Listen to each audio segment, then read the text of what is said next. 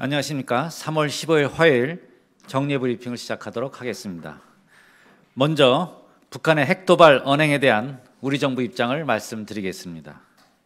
금일 김정은은 탄도로켓 모의 시험 현지 지도 시 빠른 시일 안에 핵탄두 폭발 시험과 핵탄두 장착이 가능한 탄도로켓 시험 발사를 단행하겠다고 하였다. 김정은은 최근에도 핵무기 운반 체계를 다종화하고 핵실험을 계속할 것을 지시하는 등 도발적 언행을 지속하고 있다. 이는 유엔 안보리 결의 2270호를 통해 국제사회가 북한의 도발에 대해 단호히 대응하고 있는 와중에 또다시 위협의 수위를 높이고 도발을 계속하겠다고 공언한 것으로서 우리 정부와 국제사회는 이를 결코 용납하지 않을 것이다. 북한이 국제사회의 단합된 의지에 정면 도전하여 또 다른 도발을 강행한다면 더 이상 견딜 수 없는 국제사회의 응징에 직면하여 스스로 자멸의 길을 걷는 것이 될 것이다. 두 번째로 윤병세 외교부 장관은 오늘 3월 15일 화요일 외교부에서 음과가 가메체 스와질랜드 외교부 장관을 접견할 예정입니다. 양측은 고위인사 교류 및 경제 분야 협력 증진 방안에 대해 의견을 교환하고 한반도 정세에 대한 한 스와질랜드 양국 간 협력 방안에 대해서도 논의할 예정입니다. 이번 만남을 통해 양국은 교역 그리고 투자, 개발 협력에서의 실질 협력을 증진시키고 안보리 대북 제재 결의와 관련한 국제사회의 이행을 강화할 수 있을 것으로 기대합니다. 한편 2016년 재공관장 회의가 어제 3월 14일 월요일에 개막되어 176명의 재공관장이 참석한 가운데 5일간의 일정으로 외교부 청사에서 진행되고 있습니다. 윤병세 장관은 첫날 개회사를 통해 북한의 제4차 핵실험 및 장거리 미사일 발사, 세계 경제의 불확실성, 그리고 유동성 증대 등으로 인해 격동기를 맞이하고 있는 외교 안보 상황에서 우리 외교의 최일선에 있는 재외공관장들이 투철한 문제의식과 역사의식을 가지고 대처해 줄 것을 각별히 강조하였습니다. 뒤이어 재외공관장들은 북핵 대응과 평화통일 외교를 주제로 김규현 외교안보수석의 강연을 청취하였고 분인별로 북한이 스스로 변화할 수밖에 없는 환경을 만들기 위한 방안에 대하여 집중적인 토의를 가졌습니다. 이러한 활동의 일환으로 재외공관장들은 오늘 3월 15일 화요일 오후 판문점을 방문하여 안보 현실을 직접 체감할 예정입니다.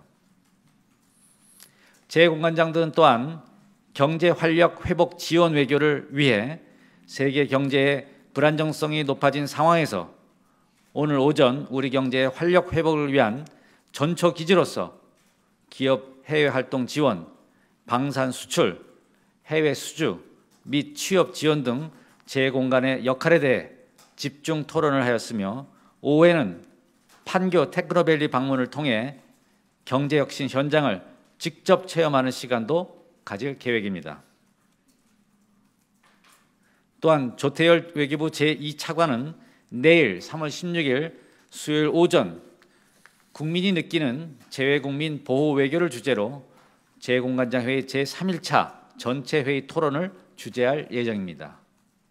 조 차관은 토론에서 해외 출국자가 급증하고 파리 테러 등 새로운 테러 양상이 나타나는 환경 하에서 재외국민 보호의 업무의 중요성을 강조하고 공관장들이 재외국민 보호에 보다 큰 주의를 기울일 것을 당부할 예정입니다.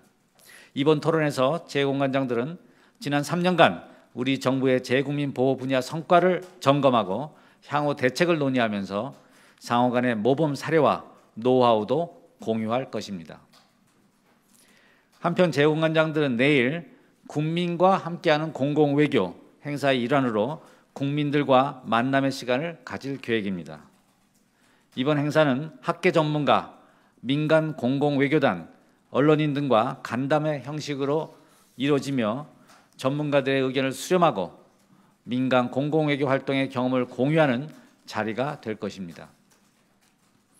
특히 일부 공관장들은 전국 33개의 중고등학교와 대학교를 방문하여 학생들과 국제 및 지역 정세에 대해 심도 있게 토론하고, 또한 다른 공관장들은 상록 보육원을 방문하여 보육원생들에게 꿈과 희망을 가질 수 있도록 할 예정입니다. 이러한 행사를 통해 우리 공공외교 사업에 대한 국내적 공감대를 형성하고 앞으로 대외 국가 이미지 제고 활동에 우리 국민의 국제적 역량을 활용할 수 있을 것으로 기대합니다. 이상입니다. 그럼 질문을 받도록 하겠습니다. 감사합니다.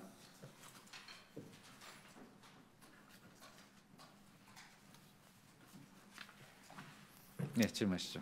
네, 아리랑TV 권소아입니다. 한일 국장급 협의 재개 관련해서 확인 좀 부탁드리고요. 그리고 해관보 정상회의가 이번 달에 개최되는데 거기서 북한 핵에 대해서 많이 다뤄질 것으로 예상이 되는데 외교부에서 어떻게 예상하는지 여쭤보겠습니다. 예.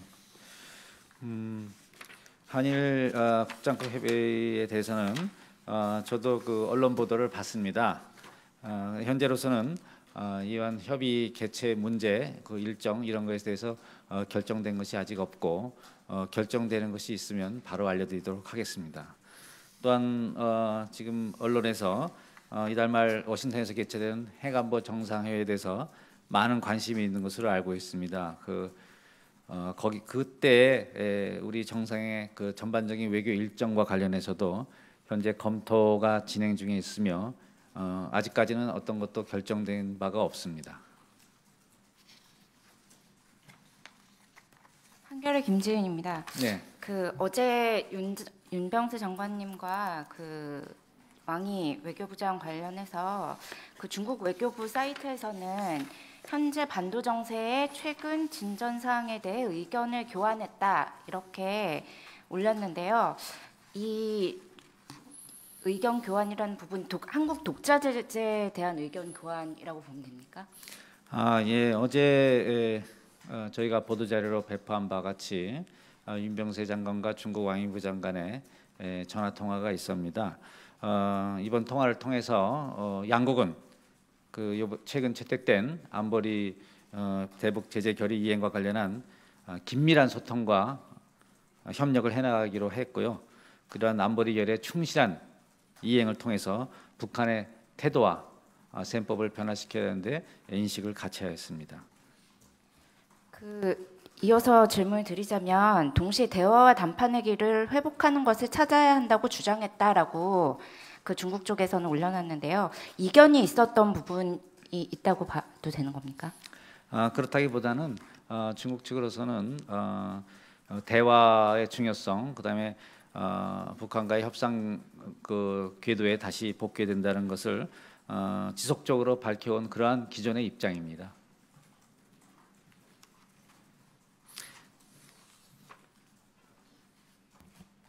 연합뉴스 네. 김효정입니다. 방금 이제 입장을 말씀하셨던 북한 측에서 오늘 나온 이제 핵탄두 폭발 실험과 이제 로켓 발사 실험을 하겠다고 한 것에 대해서 우리 정부는 구체적으로 어떤 종류의 실험을 할 것으로 예상을 하고 계신지 말씀을 좀 부탁드리고요. 그리고 최근에 이제 오준 주유엔 대사가 한 포럼 석상에서 북한이 실전 핵능력에 가까워지고 있다라고 말씀을 하셨는데 이것이 정확히 어떤 것을 좀 의미하는 말씀이신지, 왜냐하면 핵탄두 소형화에 대해서 국방부 쪽에서는 지속적으로 좀 축소하는 듯한 발언을 하고 있는데 좀 명확하게 밝혀주시면 감사하겠습니다. 네, 감사합니다. 첫 번째 질문에 대해서 오늘 북한 측에서 나온 그런 발표에 대해서는 현재 한미 관계당국 간에 긴밀한 공조하에 정보 사항을 공유하고 있고 관련 동향을 면밀히 예의주시하고 있다고 말씀드리겠습니다. 구체적인 사항은 정보 사항이기 때문에 이 자리에서 확인드리기 어려운 점을 양해해 주시기 바라고요. 어제 오준주 유엔 대사께서 관훈 클럽에서 하신 말씀이 오늘 언론에 많이 보도된 것을 저희도 주목을 했습니다. 이와 관련하여 정부는 이미 금년 초 북한의 제4차 핵실험이 있을 당시에 이것을 동북아 지역의 안보 지형에 중대한 변화를 초래할 수 있고 또 북한 핵 문제의 성격을 근본적으로 변화시킬 수 있는 엄중한 사안이라고 이미 그 성격 규정을 한 바가 있습니다. 따라서 오준 대사의 그러한 언급은 이것의 연장선상에서 북한의 핵실험의 심각성과 단호한 대응 필요성을 강조하기 위한 것이라 보고요. 어떤 그 북한의 핵무기 수준에 대한 기술적인 평가라고는 아닌 것으로 알고 있습니다.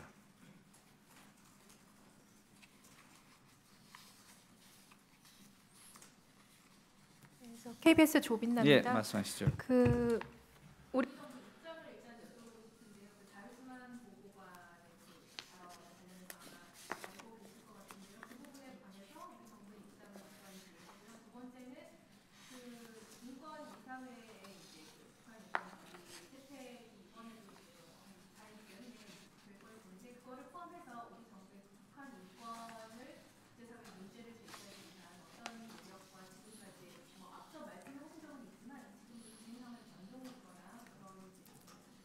예, 감사합니다.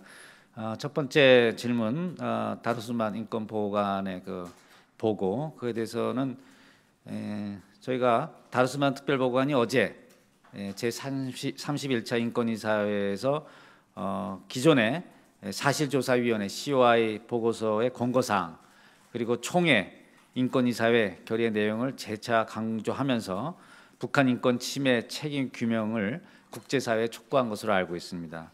다만 지난번 다루스만 보고서에서 새로운 것은 전문가 그룹 설치가 필요하다는 것을 건의한 것으로 알고 있습니다. 우리 정부로서도 북한 인권 침해에 대한 책임 규명을 제고한다는 차원에서 전문가 그룹 설치 등 책임 규명 메커니즘 강화 방안을 지지하고 있습니다. 지지한다는 입장입니다. 그리고 두 번째 북한 인권 문제에 대해서는 얼마 전 윤병세 외교장관이 제네바 인권이사에 직접 참석해서 기조연설을 통해서 국제사회의 주의를 환기한 바 있고 북한 인권 문제의 심각성을 아주 높은 강도로 제기한 바 있습니다. 또 오늘 국무회의 석상에서도 박 대통령님께서 북한 주민들의 인권 문제에 대해서 특별히 강조하신 바 있습니다. 제가 그것을 인용하자면 북한이 오직 핵실험과 미사일 개발에만 몰두하면서 오늘날 북한 주민들은 극심한 생활고를 겪고 있을 뿐만 아니라 기본적인 인권을 보장받지 못하는 등 북한의 인권 수준은 세계 최악으로 평가가 되고 있다. 우리가 통일을 염원하는 이유는 우리가 누리는 자유와 인권, 번영을 북한 동포들도 함께 나눌 수 있도록 하기 위해서이듯이 북한 동포의 이런 인권 문제는 결코 방치할 수 없다. 이렇게 대통령께서 강조하신 바 있기 때문에 북한 인권 문제는 우리 외교의 주요한 현안으로 간주되고 있다고 말씀드릴 수 있겠습니다. 추가로 질문드리자면 책임자 기소 부분에 대해서도 지지하시는 입장이신가요? 네, 아까 말씀드린 대로 다루스만 특별보고관의 그 건의에 있는 대로 북한 인권 침해에 대한 책임 규명을 제고하고 분명히 한다는 차원에서 전문가 그룹 책임 규명 메커니즘 강화를 지지한다는 입장입니다.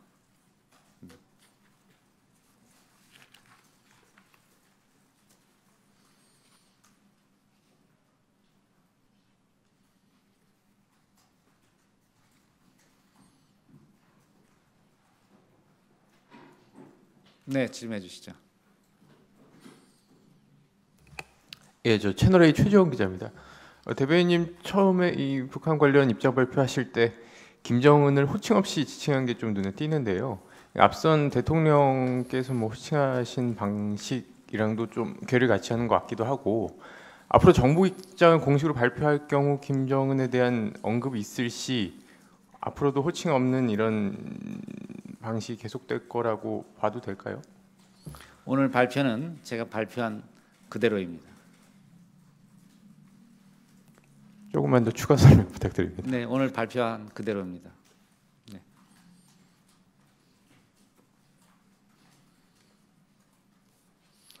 예. 네, 아리랑 TV 권소아입니다. 아까 윤병세 장관님이랑 왕이 외교부장 통화 관련해서 추가 질문인데요. 같은 날 왕이 부장과 일본 기시다 후미오 외무상 통화도 있었는데 이게 지금 북한 4차 핵실험 후 처음 대화가 이루어진 것으로 알고 있는데 이에 관련해서 일본 측과는 네네네. 이에 관련해서 따로 왕이 부장과 윤병세 장관님의 뭐 브리핑을 해준 부분이 있거나 여쭤보고 싶습니다. 어제 통화는 그 안보리 결의 이행과 관련한 양국 간의 그 이해를 같이 하고 협력 방안을 하는 그런 내용이 주가 되는 통화였습니다. 일본 외상과의 통화 내용에 대해서 언급하신 것은 없습니다. 한겨레 김지은입니다. 네. 그 전화 통화를 중국 쪽에서 요청을 해왔나요? 네. 그것은 어느 쪽에서 먼저 했다기보다는 양국 간의 안보리 중요한 안보리 결의가 채택된 시점에서 그 이행 문제에 관해서 협의할 필요성에 대해서 공감대가 형성됐기 때문에 통화가 이루어진 것으로 알고 있습니다.